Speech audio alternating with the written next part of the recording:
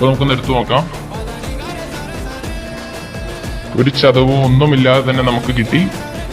ഇനി നമുക്കൊരു ചെറിയ മാവിൻ്റെ ഇത് പറിച്ചു നോക്കാം. അപ്പോൾ നിങ്ങൾക്ക് കുറച്ചും കൂടി ക്ലിയർ ആയിട്ട് കാണാൻ സാധിക്കും. ഈ കാണുന്നത് പോലെ തന്നെ മാങ്ങ ആദ്യം ഇതിനുള്ളിലേക്ക് കയറ്റിയതിനു ശേഷം ഇപ്പോൾ ആ ഫ്രണ്ടിലുള്ള ചെറിയ ഗ്യാപ്പിലേക്ക് അത് കയറി വലിയുന്ന സമയത്താണ് മാങ്ങയുടെ തണ്ട് മുറിഞ്ഞ് അതിനകത്താകുന്നത്. അപ്പോൾ നിങ്ങൾക്ക് കാണാൻ സാധിക്കുന്നുണ്ട് നമുക്ക് 2 മാങ്ങയോളം പറിക്കാൻ സാധിക്കുന്നുണ്ട് ഒരേ സമയം.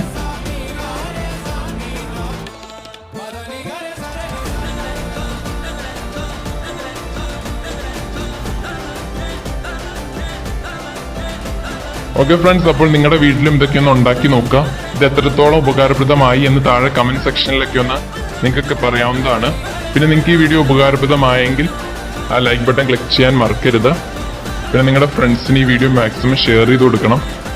പിന്നെ ഇതുവരെ നിങ്ങൾ എൻ്റെ ചാനൽ സബ്സ്ക്രൈബ് ചെയ്തിട്ടില്ലെങ്കിൽ താഴെ കാണുന്ന സബ്സ്ക്രൈബ് ബട്ടൺ ക്ലിക്ക് ചെയ്യണം.